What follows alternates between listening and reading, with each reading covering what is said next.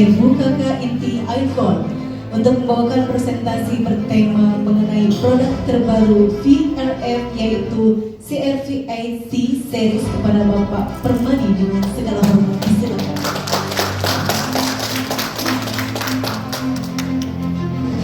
Pak Edi, terima kasih Pak Edi untuk CRI-nya, karena itu sangat mendukung daripada nanti apa yang saya sampaikan. Baiklah Bapak Ibu, saya tidak akan mau mengajari, gitu ya. Tapi saya hanya membagikan sebuah informasi. Jadi biarlah nanti Bapak Ibu sekalian melihat semua ini, pertimbangkanlah apakah memang Clivet ini bisa dipakai untuk selanjutnya dan sebagainya, gitu ya. Nah, kita coba lihat slide saya yang pertama. Ini kayak tadi Pak Edi, ini problem single split nih, Bapak Ibu ya. Ya ini kayaknya nih konvensional lah kalau kita sebut ya. Kayak begini, betul ya Pak Edi ya? Betul, bener kawan? Nih Irwan ini teman saya, dia dari Jakarta jauh-jauh menembus hujan dan badai, gunung golok dan gunung api. Ya ini dia sampai di sini. Ya, terus udah gitu, ada lagi ini kayaknya nih, wah Pak ini kayaknya gambarnya bener nih, ya kan? Ini gambarnya sedikit di ini. Coba yang aslinya, next yang asli. Nah, ini asli nih, ini satu proyek. Waktu saya lihat begini, buset, ini kok begini banyak banget ini outdoornya, gitu ya. Tadi Pak Edi ngomong bener Pak, itu arsitek. Kalau ini citra rasa arsitek ini terasa banget gitu ya, seperti itu. Ini benar-benar ada nih, ini lebih rapi, cuma tetap aja kelihatan. Tetap aja. Problemnya adalah soal citra rasa, estetika, gitu ya. Next, itu tanggal berapa saya bikin tuh. Nah, kita akan bicara hari tentang VRF. Tadi sudah dijelaskan Pak Edi, yaitu VRF itu adalah variable refrigerant flow, gitu. Seperti apa sih kira-kira? Ini saya bukan mendahului Pak Edi ya. Ini Pak gambarannya Pak ya. Kalau untuk tadi satu unit outdoor itu bisa dengan di-connect dengan beberapa indoor. Ini, gitu. Nah, dan kebetulan hari ini kita akan bicara tentang direct effect. Nah, jadi bedanya Bapak Ibu, apa sih bedanya antara single split sama yang namanya VRF? Jadi, kalau di VRF, pasti itu dia bisa di centralize. Kalau di single, selamanya tidak akan bisa.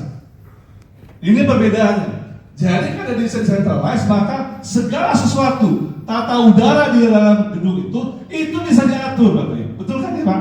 Benar ya Bu Obi ya, benar ya. Bu Obi ini pengalaman banget, dia sudah lama di dunia AC, sudah malang melintang, itu udah malang terus melintang, itu udah luar biasa. Iya sudah malang melintang. Oke, next. Nah, ini Clivet produk VRF gitu ya. Nah, cuma begini Bapak Ibu, saya nih megang merek tuh sudah beberapa kali merek ya. Mulai dari merek yang ya kayak gak terkenal, merek-merek China gitu ya. Irwan dia ketawa-ketawa terus karena dia sudah senasib sama saya kemarin. Dan lalu Irwan saya senasib pegang merek apa. Nah, ini terus muncul nih beberapa hal gitu ya, beberapa ngomong. Tadi ada ngomong gitu, Pak Permadi, lu buat apa sih semangat gitu ya? Buat apa sih? Lu kan merek baru tuh, merek baru kan? Merek baru tuh biasanya nih jelek lagi gitu ya. Nah, terus apa lagi? Terus bilang nggak jelas lu gimana sih? Itu ada juga yang ngomong begitu di beberapa tempat. Udah gitu apa lagi? Aduh, lu nggak mungkin lah lawan G-Brand. G-Brand apa? Japanese brand. Kadang-kadang nggak mungkin. Itu sudah ada rajanya, sudah ada hegemoninya. Tidak mungkin lawan seperti itu gitu. Untuk si Irwan nggak mau begitu. Karena senasib pegang mereknya. Terus udah gitu, dia bilang, ini Clivet mutiara sebesar beras, kok mau bersinar sih? Ya, terus nextnya apa lagi? Oh banyak kan pokoknya dah. Saya udah nggak bisa sebutin deh. Tapi ternyata Clivet itu sudah 35 tahun Bapak Ibu sekalian. Itu berasal dari merek Italia. Sudah 35 tahun. Dan 35 tahun ada di sana, dan ini sertifikat ini. Tadi kalau salah siapa ya sudah? Oh sudah ada ya, disampaikan. Sertifikatnya ini semua ada, terutama Eurovan. Karena itu Merek ini adalah merek dari Italia. Next ya. Nah, itu dia. Dari 2008 itu sampai 2023 itu muncul VRF ini. Sampai 2023. Nah, oke. Selanjutnya. Nah, Bapak Ibu, saya mau kasih permainan. Pak Septian nanti kalau yang bisa ini tolong kasih hadiah ya. Yang bisa aja ya. Ya, saya minta, Iwan tolong Wan. Jangan tahu kan saya nih ya. Biar saya kerjain kan sini masuk bajuan.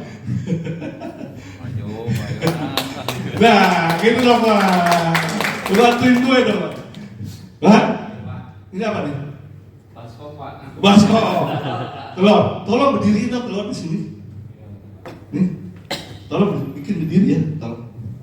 Dulu Pak hadiahnya apa Pak? Hadiahnya tidak aja nanti ya kan, tapi dikasih daya tergantung itu tuh. Ayo.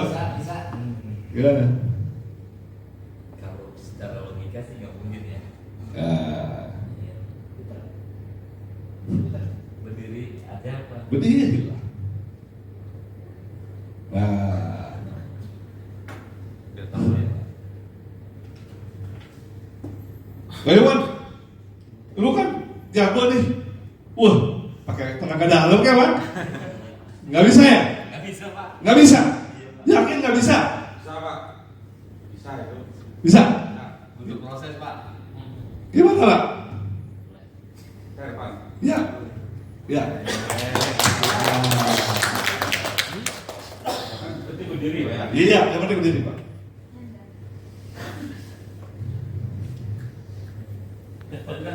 Kuat. Jambe dulu. Pecah nanti pecah. Wah, Nah, luar biasa. tangan dong. Yang meriah. Itu dia. Tadi siapa hadiahnya? Ya, yang mana nanti Pak? Ya, nanti dikasih Pak. Terima kasih Pak. Ya, itu. Luar biasa. Jadi ternyata telur itu didirikan. Saya bilang kan tolong dirikan telur, ya kan? Caranya bagaimana ya nggak tahu. Nah, itu juga dengan privat sama Bapak Ibu. Hari ini saya memberitahukan beberapa hal ini begini, ya kan? Seperti nanti ada yang ngomong begini, cuma begitu doang, tapi bisa nggak? Belum tentu bisa. Kenapa? Karena Clifford bisa muncul produk-produk hari ini karena sudah melalui proses dipecahkan dulu. Dia masuk ke R&D-nya. Itu bertahun-tahun Bapak Ibu. Itu bukan cuma R&D cuma 3 bulan, 1 bulan. Tidak mungkin R&D itu berjalan cuma 1 bulan, 2 bulan, 1 tahun. Dia sudah bertahun-tahun. Dia sudah banyak dipecahkan di bawahnya. Baru dia bisa berdiri. Baru bisa seperti ini.